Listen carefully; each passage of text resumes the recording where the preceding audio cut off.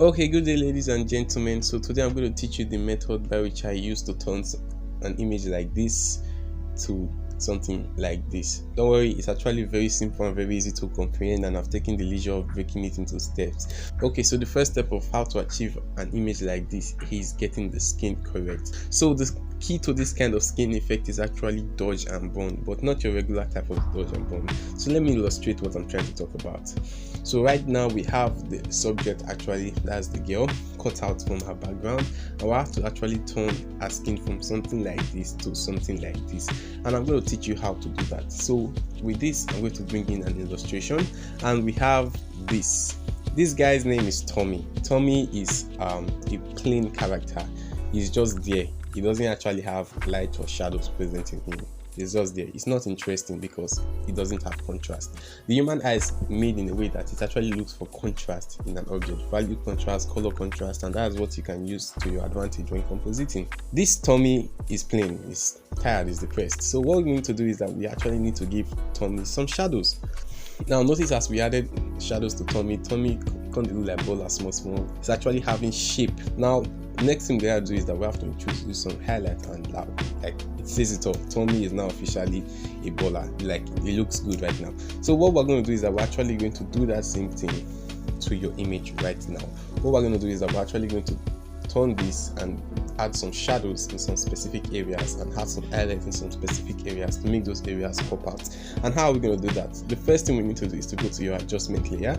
You can either go to adjustments here or click this, and you can see all your adjustment layers here. And now what we want to do is to bring our curve adjustment layer. You bring out your curve adjustment layer, invert the layer marks and make the layer marks completely black, and drag. So the next thing you need to do is to go back to your subject, zoom, and make a selection of the place you want to actually edit. For example, the place you want to actually add this contrast. So let's start with the hand. So I'm just going to make a quick selection with the quick selection tool. So what you need to do right now is that you need to reduce your flow if you are using a mouse, but if you are not using a mouse and you're using a graphic tablet, switch on transfer and that is just okay. You can still reduce your flow, and if you are reducing using a mouse, all you just need to do is to reduce your flow between 15 to 20%. Now what you got to do is to actually paint using the curve. On the curve you can actually decrease it to make the effect more, and make sure you are using a soft one brush set to 0% hardness.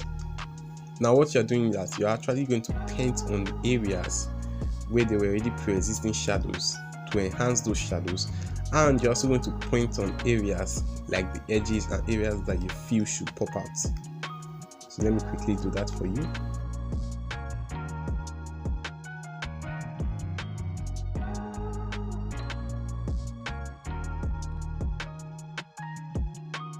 Okay, so when you are done, you can have something like this.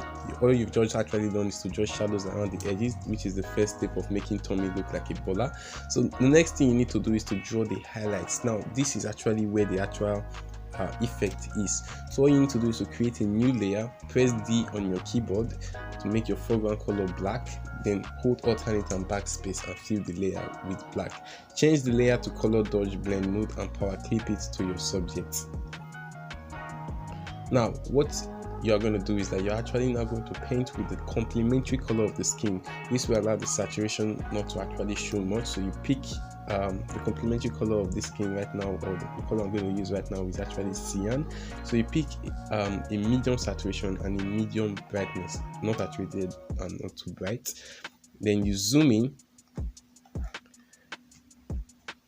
and you paint. Now for this you have to reduce your flow to something within the range of 1 to 10, even if you are using a graphics pen.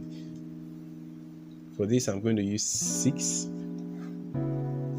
and all you gotta do right now is just to paint on the skin. While painting, if you make a mistake, you can go ahead and paint black on that place and it will erase the mistake since it's set to color dodge blend mode.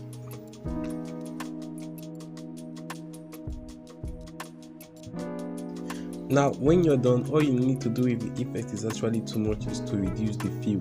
Mind you, I said reduce the fill, not reduce the opacity, because when you're set to color dodge blend mode, it has a different effect when you reduce the fill than when you reduce the opacity.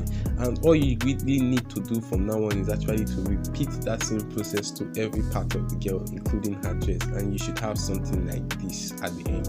And now when you have something like this, the next step is actually very simple. We actually go ahead to create the complete photo manipulation, and that's what we'll be doing next time we meet. So see you guys, share this with your friend, or if you learned something new, and let me know if you like this, and yeah, we'll continue this. So I see you when I see you guys.